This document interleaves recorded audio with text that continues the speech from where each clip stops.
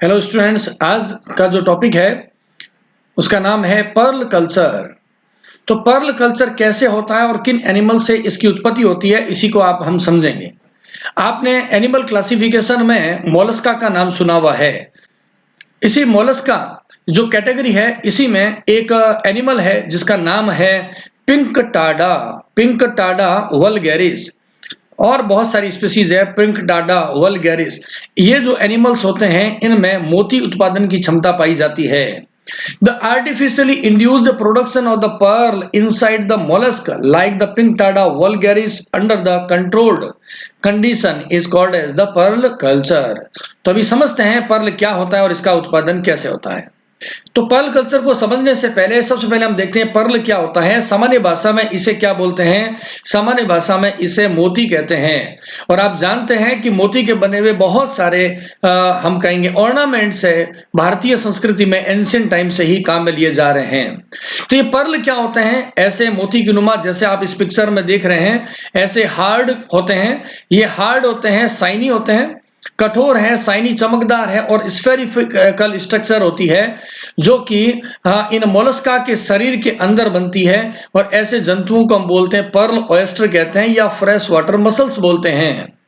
ये fresh water में पाए जाने वाले एनिमल्स होते हैं। एक्चुअल में इसका फॉर्मेशन कैसे होता है? इसका फॉर्मेशन होता है, it forms as a defence mechanism. इसका मतलब क्या हुआ? देखिए, यहां पर मैं बताता हूं कि ये जो एनिमल है पिंक टाडा, इसके शरीर के ऊपर दो कवच होते हैं, दो सेल होते हैं, ऐसे जैसा कि मैं यहां पर बना रहा हूं। यहां पर ये दो है, इसके कवच है, जिसको हम क्या बोल सकते हैं? वाल्व बोलते हैं। एक ही अपर वाल्व है और दूसरा वाल्व कौन सा है? नीचे वाल्व है।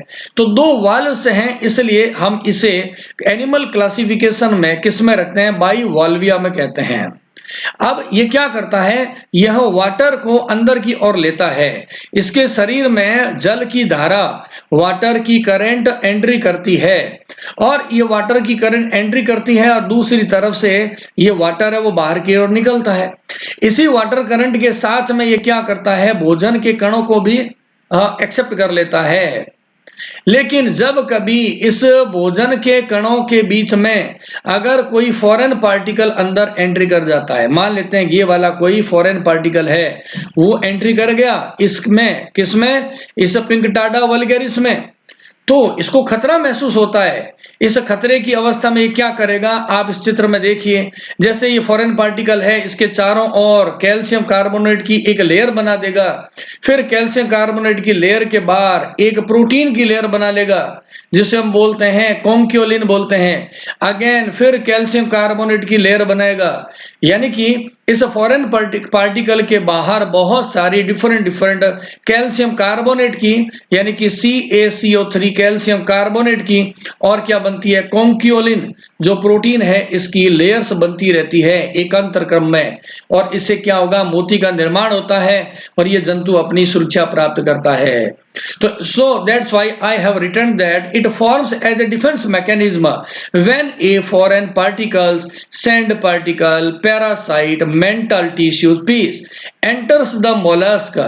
The secretes the nacre, the calcium carbonate and the conchiolin around it layer by layer। तो इन फॉरेन पार्टिकल के बाहर कैल्शियम कार्बोनेट और कॉन्क्योलिन की लेयर बन जाती है, जिससे मोती का फॉर्मेशन होता है। अब हम बात करें कि ये जो मोती है, यहां पर देखिए, ये यहां पर ये पर्ल है, ये हमने पर्ल का एक पिक्चर लगा रखी है, इसको आप देखिए। इस पर्ल में क्या होगा? इसका 82 से 86% जो पार्ट होता है वह बना होता है कैल्शियम कार्बोनेट का। कैल्शियम कार्बोनेट CaCO3 का 82 से 86% पार्ट। परंतु इसमें आप देखेंगे 10 to 12% जो पार्ट होता है वह बना होता है कॉन्क्योलिन प्रोटीन का। ये एक ऑर्गेनिक का प्रोटीन होती है। तो इन दोनों से बनता है। जैसा मैंने अभी आपको बताया था, इस फिगर में मैंने क्या बताया? फॉरेन पार्टिकल के बाहर कैल्शियम कार्बोनेट और कॉन्क्योलिन की ऑल्टरनेशन में, एकांतर क्रम में विभिन्न लेयर्स, इस तरह का विकास होता है। तो 80 से 86% पार्ट है वो कैल्शियम कार्बोनेट का है, और रिमेनिंग 10 to 12% पार्ट है वो कॉन्क्योलिन का बना होता है। ये कॉन्क्यूलिन क्या काम करेगा? कॉन्क्यूलिन क्या करता है? Conchiolin protein is secreted by the outer epithelium of mollusc. ये जो मोलस्क है इसकी एक स्ट्रक्चर है मेंटल, जिसकी आपको डिटेल में मैं अगली स्लाइड में बताऊंगा। उस मेंटल की एपिथेलियम से कॉन्क्यूलिन को सीक्रेट किया जाता है। और ये कॉन्क्यूलिन क्या है? ये कॉन्क्यूलिन एक प्रोटीन है। और कौन सी प्रोटीन है? ऐसी प्रोटीन जिसमें hydrophobic amino acid just like the glycine and alanine are the abundant, and also the lysine and valine और arginine are found in the significant amount। तो इसमें हाइड्रोफोबिक यानी कि जल का विरोध करने वाले जल रागी जो अमीनो एसिड्स होते हैं वो अत्यधिक मात्रा में पाए जाते हैं। मोती में हार्डनेस कौन देता है? Calcium carbonate. चूना है कैल्शियम कार्बोनेट। ये क्या होता है? कैल्शियम कार्बोनेट एक मिनरल के रूप में रहता है। एर्गोनाइट जो है क्रिस्टलाइन इसके फॉर्म में रहता है और ये इसको हार्डनेस देता है। जबकि कॉन्क्यूलिन होता है वह इसको हम कहेंगे मैकेनिकल स्ट्रोक से बचाता है। अभी और देखते हैं आगे की स्ट्रक्चर में, समझते हैं पर्ल ऑयस्टर के बारे में। अभी पर्ल कितने प्रकार के होते हैं? पर्ल होते हैं बेसिकली, देखिए 3 लिखे हुए मैंने, नेचुरल पर्ल, आर्टिफिशियल और कल्चर्ड। यहां पे मैं 3 बातों को बेसिकली आप समझना है। नेचुरल पर्ल का मतलब क्या हुआ? नेचुरल पर्ल का मतलब हुआ वो पर्ल जिसके बनने में ह्यूमन इंटरफेरेंस नहीं है। इसमें क्या होगा? 0 ह्यूमन इंटरफेरेंस होगा। ह्यूमन के द्वारा कोई इसमें रोल नहीं होता है। ऐसे को हम कहते हैं नेचुरल पर्ल कहते हैं।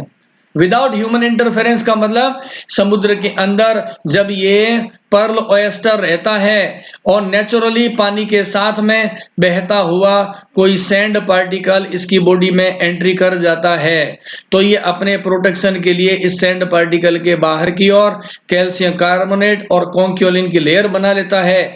इसमें हमारा कोई रोल नहीं है ह्यूमन बीइंग का।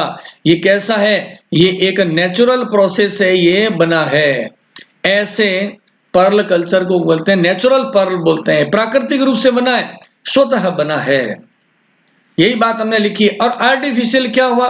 आर्टिफिशियल का मतलब ये तो आप जानते हैं, क्योंकि नेचुरल पर्ल महंगा होता है इसलिए बहुत सारी फैक्ट्रीज में प्लास्टिक का, ग्लास का या मछलियों के जो स्केल्स होते हैं उनकी सहायता से सिंथेटिक रूप से मानव के द्वारा फैक्ट्रीज के अंदर पर्ल का निर्माण किया जाता है, जिसको हम सिंथेटिक पर्ल कह सकते हैं या हम उसको आर्टिफिशियल पर्ल कहते हैं। इसमें बिल्कुल नेचुरलिटी नहीं है, ना तो इस आर्टिफिशियल पर्ल के हम कहेंगे बनने के तरीके में नेचुरलिटी है और ना केमिकल कंपोजिशन में।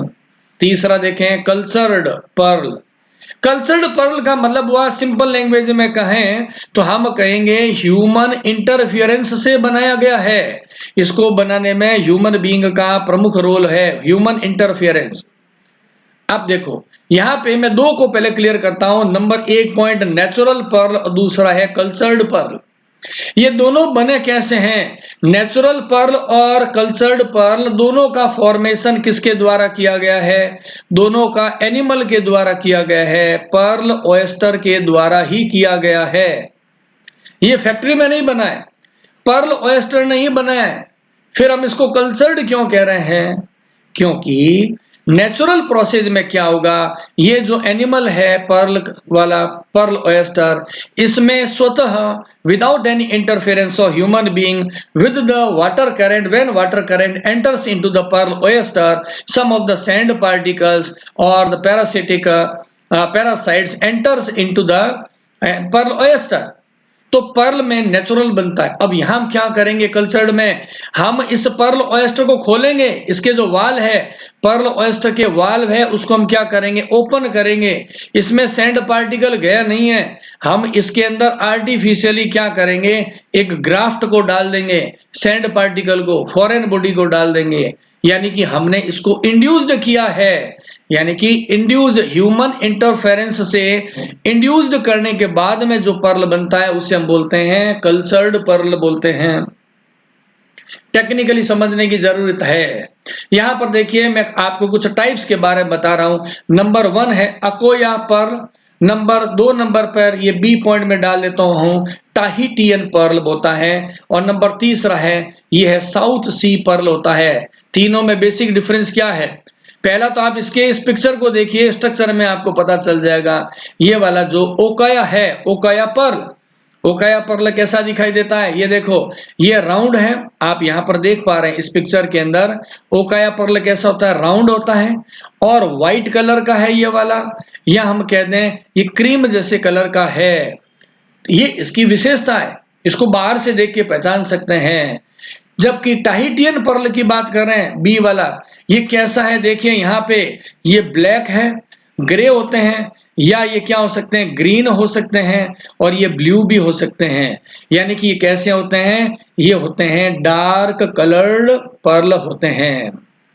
तीसरा पर्ल, साउथ सी पर्ल, आप इस पिक्चर में देख पाएंगे कैसे दिखाई दे रहे हैं। गोल्डन कलर है और येलो है, गोल्डन येलो कलर के होते हैं, और थोड़ा सा इसमें क्रीमी और व्हाइटनेस होती है। ऐसे पर्ल को कहते हैं साउथ सी पर्ल बोलते हैं। ये कहां कहां कौन से ज्योग्राफिकल लोकेशन में होते हैं? देखिए, अकोया पर्ल जापान और चाइना के अंदर होते हैं, फ्रांस के अंदर और पोलिनेशिया के अंदर होते हैं टाहिटियन। और साउथ सी पर्ल ऑस्ट्रेलिया में, इंडोनेशिया में और फिलीपींस के अंदर इनका प्रोडक्शन किया जाता है। तो ये बेसिक है types of the pearl. Exam में पूछे तो आप बहुत बेहतर तरीके से बता दीजिएगा बिना किसी परेशानी के। जब हम पर्ल कल्चर को पढ़ रहे हैं, तो पर्ल कल्चर को पढ़ने से पहले हमें इसकी हिस्ट्री के बारे में पता होना चाहिए कि पर्ल की खोज कब हुई थी, पर्ल किसने बनाया था। हमें ऐसा बहुत सारे एंशियंट, हम कहेंगे एंशियंट प्रूफ मिले हैं, जिससे हमें यह पता चलता है मानव को बहुत पुराने समय से पर्ल के बारे में नॉलेज था। और क्या करते थे पुराने जमाने में? नेचुरल जो पर्ल है, नेचुरल पर्ल को समुद्र की गहराई से, हम कहेंगे डीप सी से हम कलेक्ट करते थे। गोताखोर डाइवर्स होते हैं, पानी के अंदर जंप कर लेते थे। यहां पर आप इस पिक्चर में देख पा रहे हैं, ये फर्स्ट वाली पिक्चर के अंदर ये डाइवर क्या कर रहा है? ये सी के अंदर डाइविंग कर रहा है और नीचे जाकर के उसके बाद में पर्ल को बाहर लाते थे। चाइना वर द फर्स्ट, आप देखिए यहाँ पे क्या लिखा मैंने, the China were the first to experiment with the artificial pearl formation. China एक ऐसा कंट्री है जहां सबसे पहले आर्टिफिशियली हम पर्ल को कैसे बनाएं उसके बारे में रिसर्च होना शुरू हो गया था। लेकिन हम क्या मानते हैं कि pearl culture was pioneered by the Japan. लेकिन इस पर्ल कल्चर की जो इंडस्ट्रीज जनरेट हो गई है, पर्ल कल्चर की इंडस्ट्री, अब आप कहेंगे इंडस्ट्री वर्ड में क्यों काम में ले रहा हूं? पर्ल को बनाने वाला तो कौन होता है? ओएस्टर नाम से एनिमल होता है, लेकिन हम इसको कल्चर करते हैं इस ओएस्टर को, और अब हमने लाखों करोड़ों अरबों रुपए की इंडस्ट्री का रूप इसने ले लिया है, इसलिए मैं इसको पर्ल इंडस्ट्री बोल रहा हूं। पर्ल कल्चर को पायोनियर्ड है जापान। क्यों?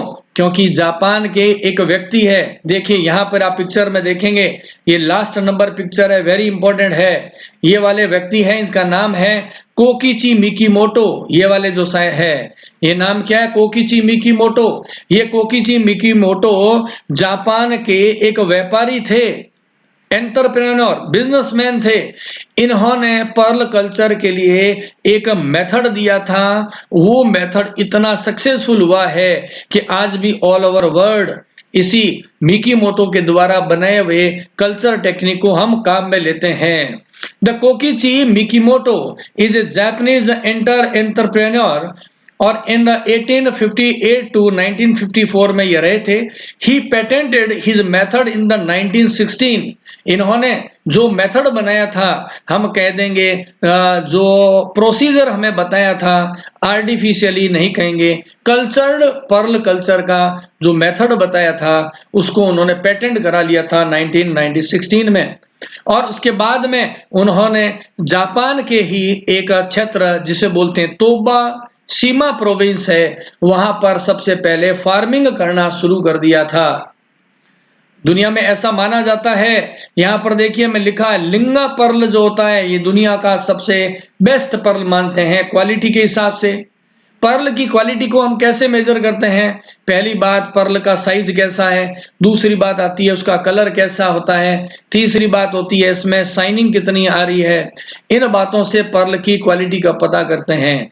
ऐसा मानते हैं कि बेस्ट पर्ल कौन सा होता है? बेस्ट पर्ल होता है, उसे हम बोलते हैं लिंगा पर्ल बोलते हैं। लिंगा पर्ल मल्टीपल चॉइस में आ सकता है, तो इसको ध्यान में रखना है आपको। भारत के अंदर भी फिर क्या हुआ, पर्ल कल्चर शुरू हो गया था। भारत के अंदर हम कहेंगे गुजरात के जामगढ़ के अपने कहेंगे जामनगर में पर्ल कल्चर किया जाता है। इंडिया में पर्ल कल्चर को शुरुआत कर कैसे हुई थी देखते हैं। Pearl culture was achieved by the central marine fishery research institute Kochi Kerala in the 1973 in the Kerala state of the India. There is a research institute called the Central Marine and Fishery Research Center. Here the first time research on the artificially we can say the cultured pearl production was initiated. Pearl oyster fisheries in India दो basic zone है। पहला है gulf of Mannar, Tuticorin coast, Tamil Nadu. Tamil Nadu के तूतीकोरन जो समुद्र का किनारा है वहां पे मन्नार की खाड़ी में किया जाता है, और गुजरात के जामनगर के अंदर जिसको हम कहते हैं कच्छ की खाड़ी है, गल्फ ऑफ कच्छ है, वहां पे अभी हम कहेंगे इंडस्ट्रियल रूप से इंडियन गवर्नमेंट की हेल्प से पर्ल कल्चर किया जाता है। पर्ल कल्चर की जब शुरुआत हुई थी, यहां पर आप देखें ये 3rd नंबर जो पिक्चर है इसमें बहुत सारे स्टैम्प पैड दे रखे हैं, पोस्टल स्टैंप्स है। ये इसके हम कहेंगे पर्ल कल्चर को फेमस करने के लिए और इसको लोगों को मोटिवेट करने के लिए कि वो पर्ल फार्मिंग करनी चाहिए, उसके लिए लोगों में जागरूकता पैदा हो, इसके लिए अलग अलग देशों में डिफरेंट पोस्टल स्टैंप्स है उसको जारी किया गया था। अब हमने ये तो समझ लिया पर्ल क्या होता है। अब देखते हैं पर्ल ऑयस्टर, बिकॉज पर्ल का फॉर्मेशन कौन करता है? ये पर्ल ऑयस्टर करता है। इसके बारे में समझते हैं एनिमल किंगडम में इसकी क्या पोजीशन है। देखिए किंगडम एनिमेलिया में आता है। मोलस्का, मोलस्का इसका फाइलम है, क्लास बाइवाल्विया है। देखिए मोलस्का में क्यों रखा गया है, क्योंकि इसकी बॉडी कैसी होती है, सॉफ्ट मसल्स बोलते हैं। मोलस्क का मतलब क्या अर्थ क्या होता है? Soft muscle. बाइवाल्विया में क्लास क्यों है, मैंने आपको पहले ही बताया, आप यहाँ पर पिक्चर में देख पाएंगे ये एनिमल कैसा होता है। यहाँ पर मैं साइड में लिख देता हूँ, एक प्लेट लाइक स्ट्रक्चर होती है नीचे और दूसरी प्लेट लाइक होती है स्ट्रक्चर ऊपर की तरफ। ये क्या बने हुए हैं? दो इसके अंदर बने हुए वाल्व। मैं कहूंगा ये वाल्व नंबर 1 और ये दूसरा है वाल्व नंबर 2 है। ये दोनों वाल्व है जो इस पिक्चर में देख रहे हैं, वाल्व नंबर 1 और ये है वाल्व नंबर 2। इसके बीच में जो स्पेस है यहां पर ये एनिमल सुरक्षित रहता है। इस एनिमल पे दो वाल्व होते हैं प्लेट लाइक, इसीलिए इसकी क्लास का नाम क्या रखा गया? बाइवाल्विया कहते हैं। ऑर्डर इसका है टेरिडी, फैमिली है टेरिडा एंड फैमिली है टेरिडी, और जीनस का नाम है पिंकटड़ा। ये एनिमल क्या है? हम कहते हैं ये एनिमल होता है फिल्टर फीडर होता है। ये फीड ऑन द फोरामिनिफेरा और रेडियोलेरियन जैसे और प्लैंक्टन्स होते हैं, उनसे अपना भोजन प्राप्त करता है। ये एनिमल यूनिसेक्सुअल होता है। यूनिसेक्सुअल मींस आप जानते हैं कि ऐसे एनिमल्स में क्या होगा, एक एनिमल मेल होगा, दूसरा एनिमल क्या होगा, फीमेल होगा। मेल और female reproductive organs are present in separate different animals, unisexual. और लेकिन क्या होगा, मेल के द्वारा स्पर्म दिए जाएंगे, फीमेल्स के द्वारा ओवम दिए जाएंगे। फिर इन स्पर्म और ओवम का फर्टिलाइजेशन कहाँ होगा? समुद्र में होगा, सी के अंदर होता है। इसमें एक्सटर्नल फर्टिलाइजेशन होता है in the ocean. In the India, the spawning peaks from the June to September and the month of November and December. These are the breeding season in the India. The breeding season of this animal depends on the climatic condition. Breeding season है कहाँ होगा, कौन से देश में कब होगा, ये किस पे डिपेंड करता है? ये पानी के अंदर रहते हैं तो पानी की जो क्लाइमेटिक कंडीशंस होती है उन पे डिपेंड करता है।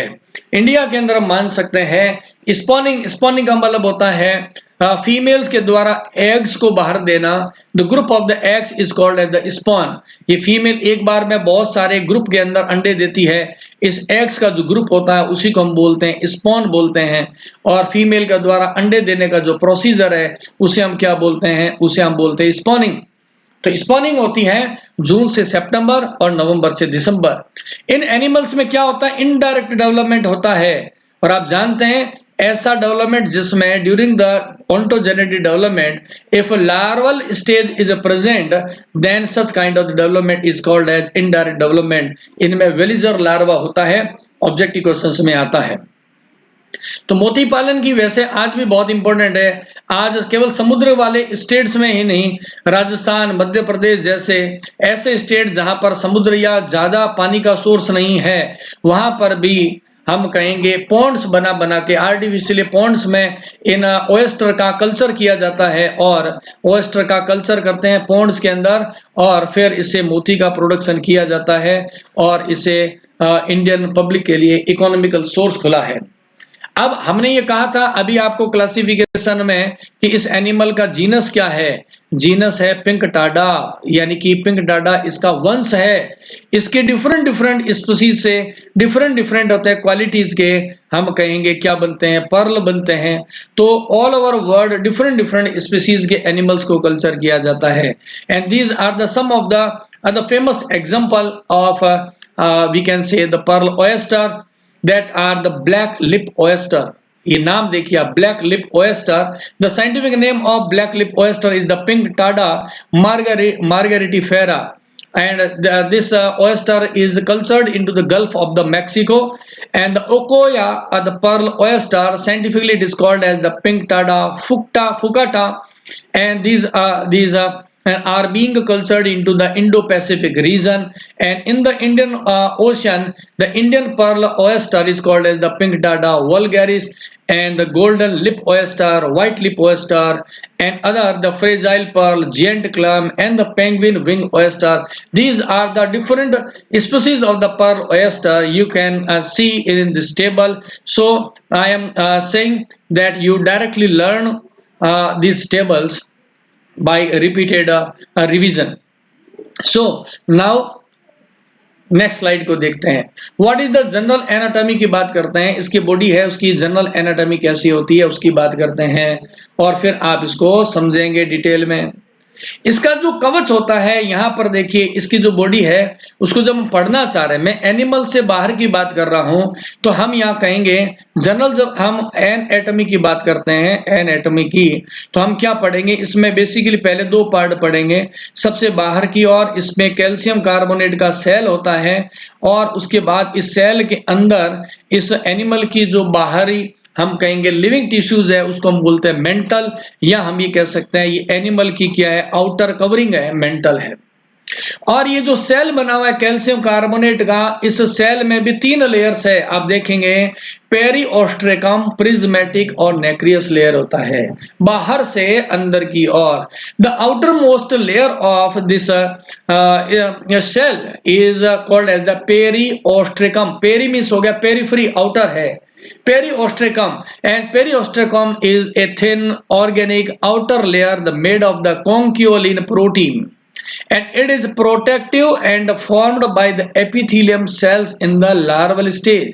जब इसका ऑन्टोजेनेटिक डेवलपमेंट होता है तो इसका जो लार्वा है, यहां पर इस बता देता हूं, लार्वा की आउटर लेयर क्या होती है, एपिथीलियम बोलते हैं। इस एपिथीलियम से क्या होगा, सीक्रेट किया जाता है the most outer most layer of the shell, that is the periostracum. ये पेरियोस्ट्रेकम क्या करेगा, प्रोटेक्शन देता है। And the middle layer is called as the prismatic layer, and prismatic layer is made of the calcium carbonate crystals arranged in the prism, and this layer is also secreted by the mantle, and this provide the strength to the cell because it is composed of calcium carbonate। इसमें क्या होगा, prismatic में calcium carbonate है, चूना भरा हुआ है, इसलिए क्या होगा, इसको स्ट्रॉन्गनेस देगा, मजबूती देगा। बाहरी लेयर किसकी बनी थी, कॉन्क्यूलिन की बनी थी, और सेकंड लेयर किसकी बनी है, कैल्शियम कार्बोनेट की। And next very important layer that is called as the nacreous layer, this is called as the mother of pearl। Very important है। इसी से मोती का निर्माण होता है, इसलिए इसको मदर ऑफ पर्ल बोलते हैं। The inner most layer of the calcium carbonate is a crystalline form.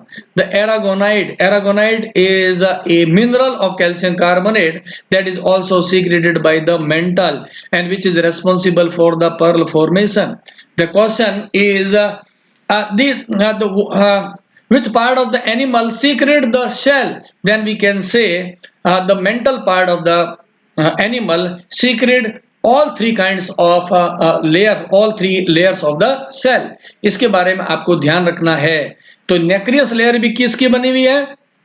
ये भी, इसका डेवलपमेंट किससे होता है? वो भी मेंटल के द्वारा होता है। लेकिन ये है किसकी लेयर है? ये सेल की बनी हुई होती है। यहां पर देखें, यहां पर एक सेल का पार्ट बना रखा है। इस सेल के पार्ट में मैं आपको अभी लिख देता हूं। यहां पर देखो क्या लिखा हुआ है, मेंटल। इस फिगर में देखिए, ये वाला जो पार्ट है इसको हम बोलते हैं मेंटल कहते हैं। ओके, ये वाला जो पार्ट है इसको बोलते हैं हिंज कहते हैं। हिंज क्यों कहते हैं? क्योंकि मैंने आपको बताया हिंज का मतलब होता है कब्जा। जहां पर गेट दीवार से जुड़ा रहता है उसको हम हिंज बोलते हैं। इसमें मैंने आपको बताया था इस एनिमल में क्या होते हैं, दो वाल्व होते हैं। तो ये दोनों वाल्व जिस पार्ट से जुड़े रहते हैं उसी पार्ट को हम क्या बोलते हैं? हिंज बोलते हैं। जैसे गेट दीवार से जुड़े रहते हैं जिसके अराउंड वो घूमते हैं, ये हिंज का पार्ट है इसका। उसके अलावा देखें, ये पार्ट इसका एबडक्टर मसल्स है। ये एबडक्टर मसल्स है, क्यों इंपॉर्टेंट है आगे आएगा मैं बताऊंगा। ये इसकी पेरिकार्डियल कैविटी है, हार्ट के अराउंड होती है और इस रीजन में रहते हैं इसके गोनाड्स है। इसकी डिटेलिंग अभी आगे आने वाली है। आप देखिए, मैंने बताया सबसे बाहर क्या होता है? सबसे बाहर होता है सेल, और सेल के नीचे क्या होता है? Mantle. And mantle is also called as the pallium. This layer is found just below to the shell. ये कैसा होता है मेंटल? यहां पर देखें इस फिगर के अंदर, ये एक एनाटॉमी का है फिगर है। ये यहां से लेके यहां तक जहां मैं निशान लगा रहा हूं, ये क्या है? बॉडी का सेल है, outer layer. And just beneath to the shell this part is called as the mantle. ये पार्ट है इसका मेंटल कहलाता है। सेल के बारे में मैंने आपको बता दिया था, सेल में 3 लेयर होती है। यहां पर देखें आप अगेन, यहां पर इस फिगर के अंदर क्लियरली मेंशन्ड है। ये जो सेल होता है सबसे बाहर हो गया पेरियोस्ट्रेकम, एंड इसके नीचे प्रिज्मेटिक लेयर है, और लास्ट के अंदर जो लेयर होती है वो है एपिथेलियम लेयर है। ये जो नेक्रियस लेयर बनी हुई है, ये वाली नेक्रियस, ये 3rd लेयर है। अब हमें तो समझना है केवल मेंटल के बारे में फिलहाल। देखिए कैसा है, soft thin and the fleshy membranous lining और the inner surface of the shell. Shell के नीचे की तरफ इनर लाइनिंग है। यहां पर आप देखें ये क्या होगा, ये मेंटल होता है। इसमें देखें 2 तरह के टिश्यूज होते हैं, पहले मैं बता देता हूं। बाहर की और जो सेल्स होती है, मैं सिंप्लीफाइड बना देता हूं, ये होती है कॉलमनर। कॉलम का मतलब होता है स्तंभ होता है, स्तंभाकार।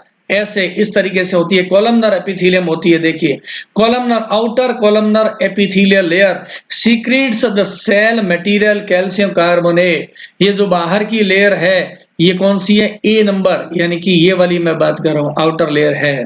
और इसी से क्या बनेगा? इसी से कैल्शियम कार्बोनेट का सीक्रेशन होता है। और किसका सीक्रेशन होता है? कॉन्क्यूलिन का सीक्रेशन होता है। इसके नीचे की ओर हम बात करें, यहाँ पे इस आउटर लेयर के नीचे की ओर, यहाँ पर ये है कनेक्टिव टिश्यूज का पार्ट है। ये बी वाला पार्ट है, ये वाला इनर कनेक्टिव टिश्यूज की है। इसमें क्या होगा? इसके अंदर ब्लड कैपिलरीज होगी, इसके अंदर ब्लड वेसल्स और नर्व्स होती है, यानी ये सेंसिटिव पार्ट होता है। ये यहाँ पर हो गई मेंटल की बात। अभी देखते हैं आगे की ओर क्या होने वाला है। पर्ल का फॉर्मेशन कैसे होगा? अभी तो हमने केवल ये पढ़ा हुआ है एनाटॉमी के बारे में, पर्ल क्या होता है, पर्ल बनता कैसे है। यहाँ पर आप इस फिगर में देखेंगे, जो राइट साइड में लिखा मैंने, राइट मोस्ट में, ये देखो यहाँ पर, पहले मैं समझा देता हूँ, इस फोटो को देखो। यहाँ पर एक वाल्व है, यहाँ पर 1, और ये वाला जो यहाँ पर मैं रेड मार्किंग करता हूँ, ये सेकंड वाल है, वाल नंबर 1, वाल नंबर 2। जब इसके दोनों वाल्व को खोलेंगे तो आप यहाँ पर देखेंगे, यहाँ पे क्लियरली आप देख पाएंगे, यहाँ पर पर्ल का फॉर्मेशन हो चुका है। ये बहुत सारे पर्ल बने हुए हैं इस एनिमल में।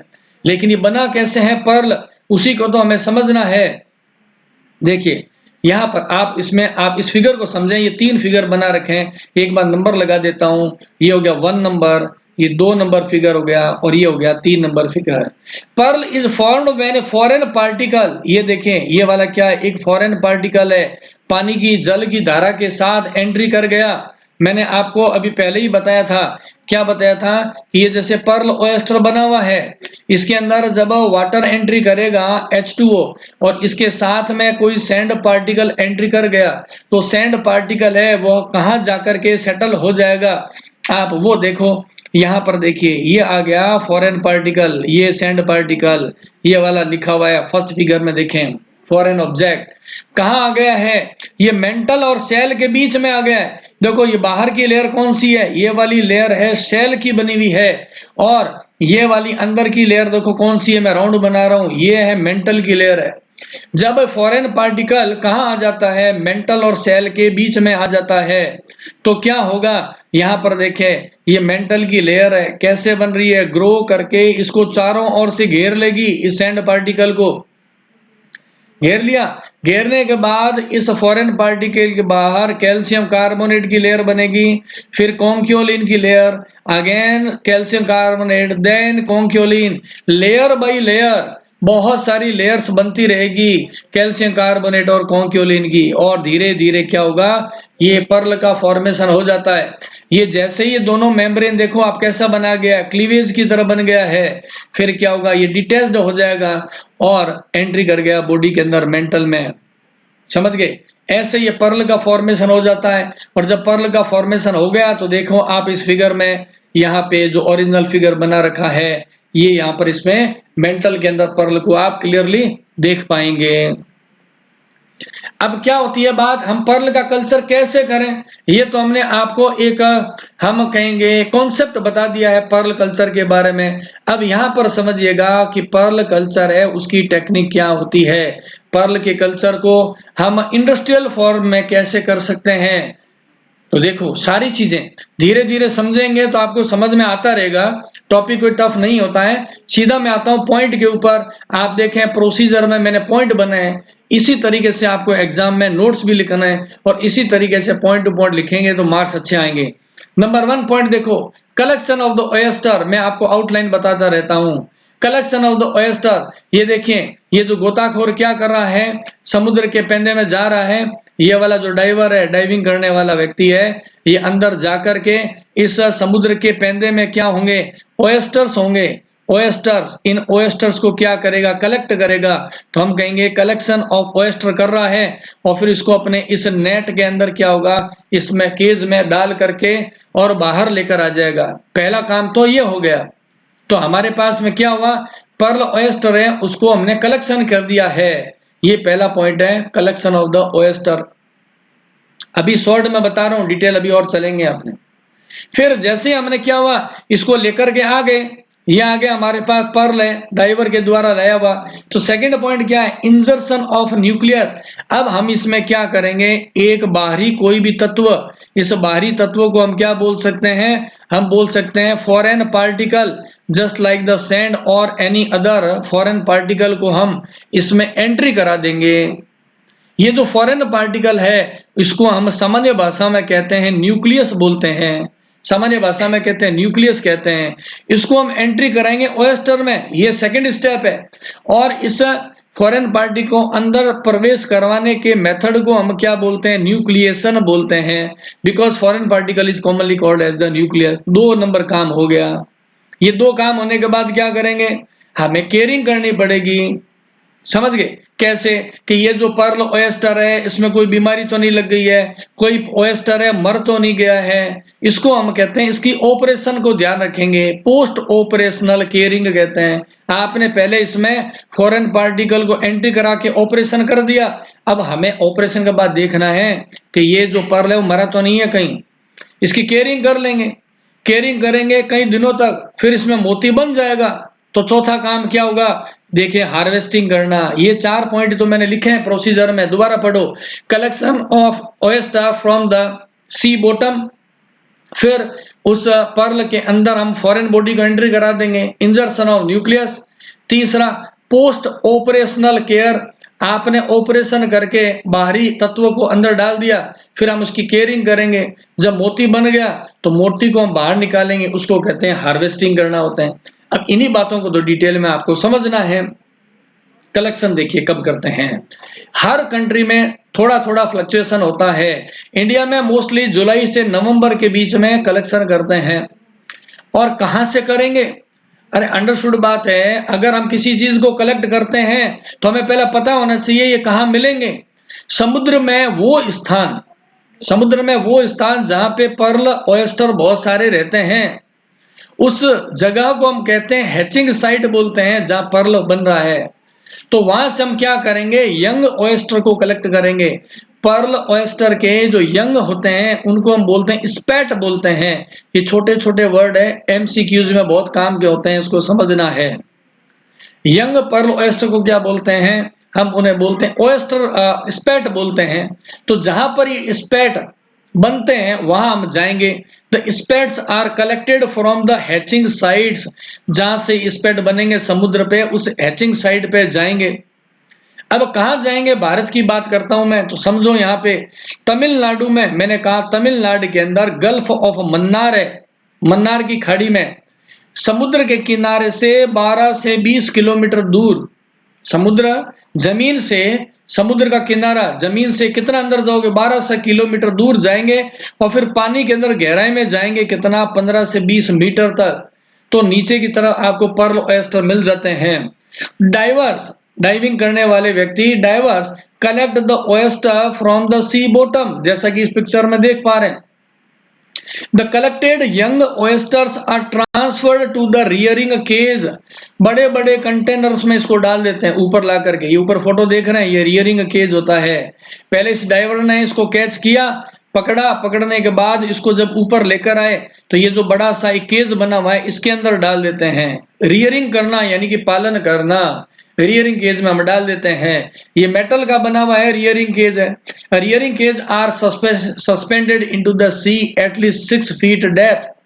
अब ये तो आप जानते हो कि जब ये डाइवर क्या कर रहा है, ये डाइवर है जब पर्ल ऑयस्टर को यहाँ पर पिक्चर में देखिए कलेक्ट करके इस जाली में डाल देगा और वापस जब ऊपर हम कहेंगे जमीन पर आ गया है, तो वैसे तो ये ऑयस्टर मर जाएंगे, तो ये मरे नहीं, तो उसने क्या करेंगे, बड़े बड़े जाली के बने हुए, चौकोर वायर के बने हुए, मेटल के, इन इन इन केज के अंदर क्या करेंगे, इन ऑयस्टर को डाल करके और रस्सी से बांध करके हम लटका देंगे ताकि केज पानी के अंदर रहे। उससे फायदा क्या होगा, ऑयस्टर का कलेक्शन भी हो गया और ये ऑयस्टर अब इधर उधर समुद्र में भागेंगे नहीं, इस केज के अंदर ही रहेंगे। इसको बोलते हैं रियरिंग केज करना, पालन करने वाला बॉक्स है ये।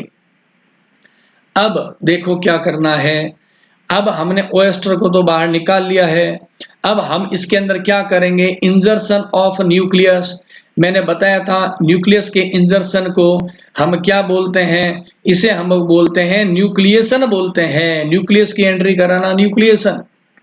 न्यूक्लियस क्या है, हमने कहा फॉरेन पार्टिकल है, उसको न्यूक्लियस बोलते हैं। उसको हम ग्राफ्ट भी कहते हैं। न्यूक्लियस को हम क्या बोलते हैं, न्यूक्लियस को हम ग्राफ्ट भी कहते हैं, इसलिए इस प्रोसीजर को ग्राफ्टिंग भी कह सकते हैं। The foreign particle that is placed into the oyster body to induce the pearl formation are called the nucleus. यही तो बात मैंने आपको बताई है कि ये जो पर्ल ऑयस्टर होता है, इस पर्ल ऑयस्टर के अंदर हम क्या करेंगे, एक फॉरेन बॉडी को एंट्री कराएंगे। ये फॉरेन बॉडी क्या है, इसको न्यूक्लियस बोलते हैं। इस फॉरेन बॉडी को ग्राफ्ट भी बोलते हैं। इसको जब ऑयस्टर में एंट्री करा देंगे तो ये ऑयस्टर में क्या होगा, पर्ल का फॉर्मेशन इंड्यूस हो जाएगा। समझ गए बात। अब बात ये आती है न्यूक्लियस का सिलेक्शन कैसे करें, कौन सा हम ऑयस्टर लें, समझे ना बात को, ऑयस्टर कौन सा लें। तो देखो हमने क्या लिखा है, the selection of the healthy oyster. अरे ऐसा ऑयस्टर नहीं हो जो कि बीमार हो, मैच्योर भी होना चाहिए और हेल्दी पर्ल ऑयस्टर भी होना चाहिए, हेल्दी और मैच्योर हो। और the oyster should be 2 to 3 years old and disease free. अरे सरल भाषा में आप देखो, अगर ऑयस्टर बीमार होगा या किसी डिजीज से संक्रमित होगा और उसकी उम्र कम होगी, 2 से 3 साल पुराना नहीं है, तो उसमें पर्ल फॉर्मेशन की कैपेसिटी ही नहीं है। तो हमें सिलेक्शन के लिए क्या करना है, हेल्दी ऑयस्टर को लेना है। हेल्दी ले लिया हमने, अब क्या करेंगे, नंबर 2 पॉइंट देखो, प्रिपरेशन ऑफ न्यूक्लियस। यानी कि जो फॉरेन बॉडी हमें एंट्री करानी है, जिस फॉरेन पार्टिकल को हमें इसमें एंटर करना है, उस फॉरेन पार्टिकल को मैं तैयार करना है। कैसे करेंगे देखो, ए राउंड बीड मोती गोल है, nucleus is prepared from the shell of fresh water mussels Unio. अरे जो सेल वाले कवचधारी जो मोलस्क होते हैं, हम क्या करेंगे, उसका कैल्शियम कार्बोनेट कवच को एक टुकड़ा ले लेंगे, काट करके गोल है, घिस घिसा के गोल बना देंगे। कितने साइज का? लगभग 5 से 8 mm का।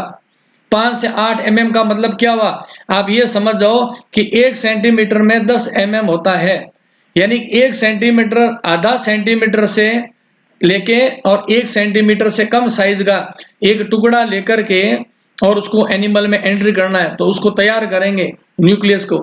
फिर हम क्या करेंगे, उसे मेंटल को तैयार कर लिया आपने, इसके न्यूक्लियस को।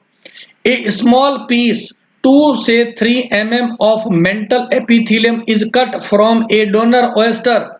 जो डोनर ओएस्टर होते हैं उससे हम क्या करेंगे, 2 से 3 mm का मेंटल एपिथेलियम का टुकड़ा काट देंगे। This tissue contain epithelial cells responsible for the nacre secretion. क्योंकि मेंटल का एपिथेलियम होती है वही इस नेक्र का, यानी कि जो हम कहेंगे मोती का निर्माण करता है, ये एपिथेलियम सेल्स करती है। उसका एक टुकड़ा काट के मेंटल पीस है उसको भी प्रिपेयर कर लेंगे। फिर देखो क्या करेंगे, सर्जरी करेंगे। किसकी करेंगे देखो, रेसिपिएंट। अब हमने एक ले लिया, क्या ले लिया है देखो, एक ओएस्टर लिया, एक तो मैंने कहा डोनर है, दूसरा क्या है, रेसिपिएंट है। ये है रेसिपिएंट है। इस रेसिपिएंट को क्या करेंगे, हम खोल लेंगे औजारों से। ये देखो बहुत सारे क्या है, चिमटी, कैंची, फोर्सिप्स है, निडल वगैरह है और नाइफ वगैरह है। इससे हम क्या करेंगे, इसके सेल को खोलेंगे, क्योंकि आपने देखा इसमें मैंने कहा 2 सेल होते हैं। ये वाला सेल है ऐसे, तो उसको खोल लेंगे जैसे किताब खोलते हैं वैसे। एक को इधर खोल दिया, इधर खोल दिया, सेल को खोल दिया है। ओके, वो इंस्ट्रूमेंट जिससे खोलेंगे उसको बोलते हैं सेल ओपनर। कवच को खोलने वाला सेल ओपनर है। द गोनाड और mental tissue pocket is carefully exposed. Mental tissues को क्या करेंगे, ओपन कर लेंगे, एक्सपोज कर लेंगे। फिर क्या करेंगे देखो, the mantle graft is first placed in the gonadal tissues of the oyster.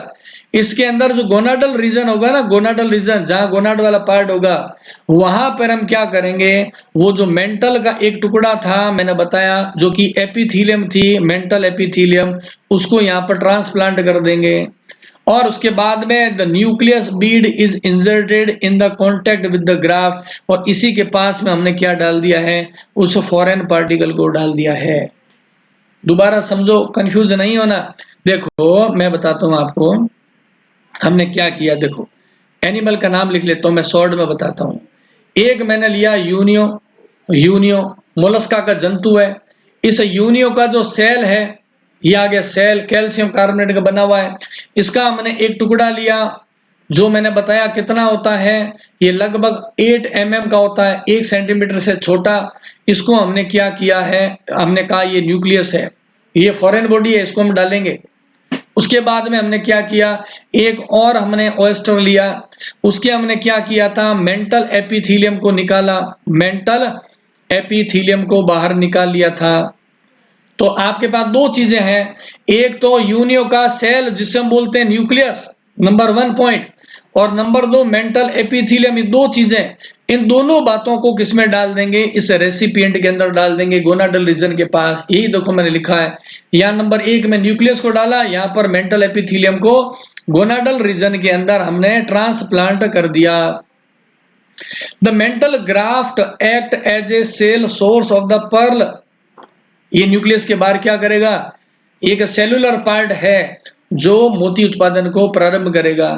Surgery कर दिया आपने, ऐसा ट्रांसप्लांटेशन कर दिया है, ठीक है ना। अब उसके बाद में हम क्या करेंगे, उसको वापस पानी में डाल देंगे। विशेष बात क्या ध्यान रखनी है आपको, क्या कि जो मोती बनेगा उसका साइज क्या होगा, किस पर डिपेंड करेगा, determines the final pearl size. आपके अंदर जो न्यूक्लियस डाला है, जो फॉरेन पार्टिकल डाला, उसका साइज कितना है। फॉरेन पार्टिकल यानी कि न्यूक्लियस है वो छोटा है, तो उससे क्या होगा, छोटा मोती बनेगा, और बड़ा न्यूक्लियस होगा तो बड़ा मोती बनेगा। ये ध्यान रखने की बात है।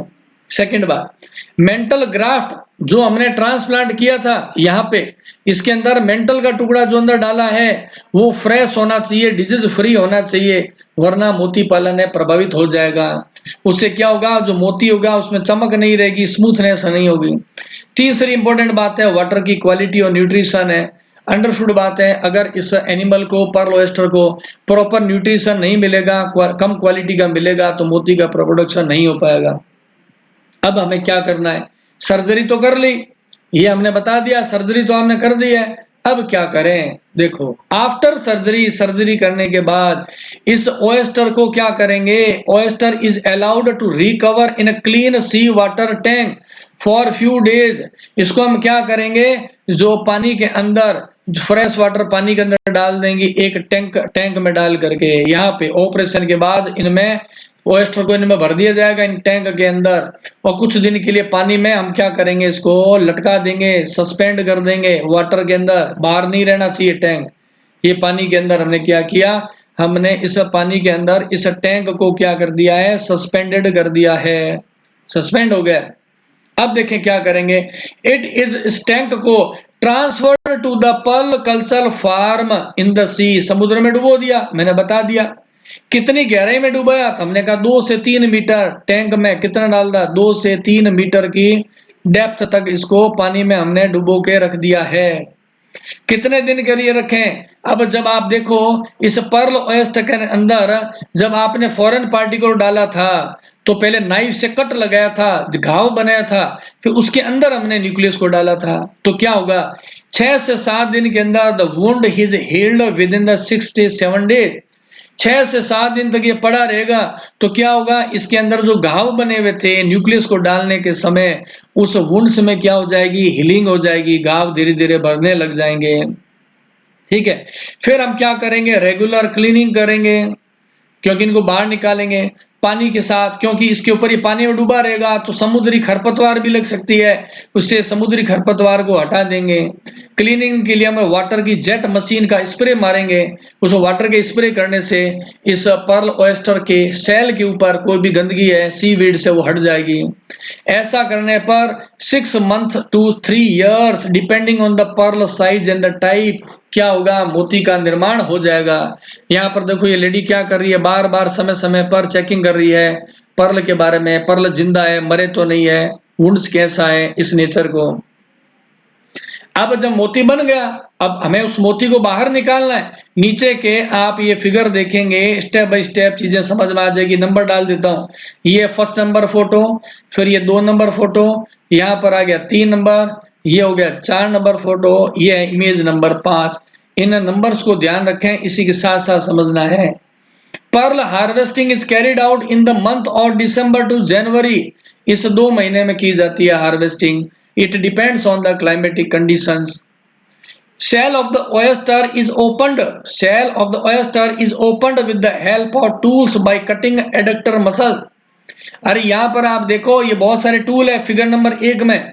अब ये जो ऑयस्टर है इसके दोनों वाल है, यहाँ पर आप देखेंगे, यहाँ पर ये साइंटिस्ट क्या कर रहा है, इस ऑयस्टर को खोल रहा है, एक टूल को इसके बीच में डाल रहा है और किसको काट रहा है, एबडक्टर, एडक्टर मसल्स को क्या करेगा, एडक्टर जो मसल्स होती है उसको तोड़ेगा, उससे ये दोनों वाल्व क्या खुल जाएंगे। 3 नंबर पिक्चर में आप देखें, यहां से टूल से खोल दिया तो ये दोनों वाल्व क्या हो गए, एक दूसरे से अलग अलग हो गए। उसके बाद में ये क्या कर रहा, 3 नंबर पिक्चर में वाल खोलने के बाद में एन इंसिजन यानी कि एक कट लगाना है, is made on the gonads, gonads वाले भाग में ये एक कट लगाएगा और gently press to push out the pearl. जैसे यहाँ पर क्या करेगा, एक कट लगाएगा छोटा सा और फिर हल्का सा प्रेस करेगा तो ये मोती क्या, देखो यहाँ पे 4 नंबर पिक्चर में ये देखेंगे आप, पर्ल है वो बाहर की तरफ आ जाता है। बाहर आ गया पर्ल, फिर क्या करें, the harvested pearl are thoroughly washed, फिर इसको धो क्योंकि अभी गंदा है, डिस्टिल्ड वाटर से इसकी धुलाई करनी है, फिर इसकी पॉलिशिंग करेंगे किसके साथ, रिफाइंड साल्ट के साथ, ताकि इसमें चमक आ जाए। और देन पर्ल आर सॉर्टेड, फिर हम पर्ल को छांटेंगे साइज के अनुसार, छोटे और बड़े अलग अलग, कलर के अनुसार एक जैसे कलर के, एक जैसे जो शेप के होंगे, एक जैसी चमक के होंगे, इनको हम अलग अलग है इसकी सॉर्टिंग कर देंगे, जिससे इन पर्ल की कीमत डिसाइड होगी, ये किस किस भाव में ये बिकेंगे। अब पर्ल ऑयस्टर में बिजनेस तो अच्छा है, लेकिन प्रॉब्लम है बहुत सारे ऐसे प्रेडेटर्स होते हैं जो पर्ल ऑयस्टर की इंडस्ट्रीज को नुकसान देते हैं। इसमें सबसे इंपॉर्टेंट आ रहा है बोरिंग ऑर्गेनिज्म। नाम खुद बता रहा है, बोर करना, छेद करना। कौन कौन से पर्ल ऑयस्टर के दुश्मन है? पहला देखो पोलीकीटा, एनिलिडा के एनिमल्स, ये वाला जो पहला वाला है ना, ये किसके एग्जांपल्स हैं? ये है पोलीकीटा के एग्जांपल्स है। आपने क्लासिफिकेशन में पढ़ा हुआ है, पोलीकीटा माता नेरीज जैसे एनिमल्स है। उसके अलावा में स्पॉन्ज और मोलस्का के कुछ एनिमल्स, आइसोपोड्स, ये क्या होते हैं? इस पर्ल को नुकसान पहुंचाते हैं। These can significantly damage the shell of the pearl. अगर पानी के अंदर इस पर्ल ऑयस्टर के पास में आ जाएंगे तो क्या करेंगे? इसके कवच को क्या करेंगे? सेल को डैमेज दे देंगे। उससे फिर पर्ल का प्रोडक्शन नहीं हो पाएगा। दूसरा, ये तो करेंगे सेल को डैमेज। दूसरा, प्रेडेटर ऑर्गेनिज्म क्या करेंगे? इसको खा जाएंगे। Benthic fish feed on the young oyster, क्योंकि यंग ऑयस्टर के ऊपर क्या होगा? कैल्शियम कार्बोनेट होता है। ये जो कवच होता है वो थिन होता है, तो मछलियां इसको खा जाती है, तो फिर हमारी इंडस्ट्री प्रभावित हो जाएगी। जैसे कौन कौन से एनिमल्स इनको खा जाते हैं? हम कहेंगे रे फिश, ऑक्टोपस। ये देखेंगे आप, ये सेकंड पिक्चर में क्या, ऑक्टोपस, ये पर्ल ऑयस्टर को खा जाता है। उसके अलावा स्टार फिश हुआ, ठीक है ना, ये कुछ एग्जांपल दे रखे हैं। 3 नंबर पे देखो बायोफाउलिंग, द बार्नेकल जिसको बोलते हैं बेलेनस। ये 3 नंबर पिक्चर जो लगा रखी है वो है बेलेनस की है। Physical obstruction to the opening and closing of the oyster wall. An ascidian mollusca sponges bryozoa, ये क्या करेंगे? इस वाल को खोलने में ऑब्स्टेकल्स जनरेट करेंगे। तो ये कुछ हम कहेंगे एनिमीज है पर्ल ऑयस्टर इंडस्ट्रीज के। इसीलिए इनका भी, अब जब पर्ल का निर्माण करना है तो इन एनिमीज को भी हम कहेंगे उन्मूलन करना, इरेडिकेशन करना भी जरूरी होता है। अब हम बात करें इकोनॉमिक इंपॉर्टेंस क्या है पर्ल कल्चर की। पर्ल काफी महंगा भी आता है। अब इसमें देखें, पर्ल ज्वेलरी के अंदर काम आता है। ये सारे तो आपको पढ़ना है, इस टेबल को मैं जस्ट बता रहा हूं, लेकिन आपको खुद को ही पढ़ना है। इसमें कोई टेक्निकल चीज नहीं है कि मैं एक्सप्लेन करूं। पर्ल है वो ज्वेलरी में काम आता है। हाई ग्लोबल मार्केट है इनका। एम्प्लॉयमेंट जनरेशन होता है, पर्ल इंडस्ट्री होगी तो लोगों को रोजगार मिलेगा। पर्ल फार्मिंग होगी। अब पर्ल बनेगा तो उसका एक्सपोर्ट भी करेंगे तो फॉरेन रिजर्व भी आएगा। और पर्ल इंडस्ट्री से हमें कुछ बाई प्रोडक्ट मिलते हैं, जैसे सेल बटन्स हो गया, कॉस्मेटिक्स में काम आता है। इको फ्रेंडली एक्वाकल्चर है, तो हम जिस प्रकृति में रहते हैं वहाँ सस्टेनेबल डेवलपमेंट भी हमें करना जरूरी होता है, इसलिए भी बेनिफिशियल है। प्लस टूरिज्म के लिए काम आता है और रिसर्च में तो काम आता ही है। इको टूरिज्म में काम आएगा, बायोटेक्नोलॉजी की स्टडीज में काम आते हैं। तो ये पर्ल इंडस्ट्रीज की इकोनॉमिक इंपॉर्टेंस होती है। तो इस टॉपिक को आप ध्यान से पढ़िएगा पॉइंट टू पॉइंट, और आपको नोट्स बनाने की जरूरत नहीं है। जितना पावर पॉइंट प्रेजेंटेशन में लिखा हुआ है उतना ही आपको काम करना है। Thank you.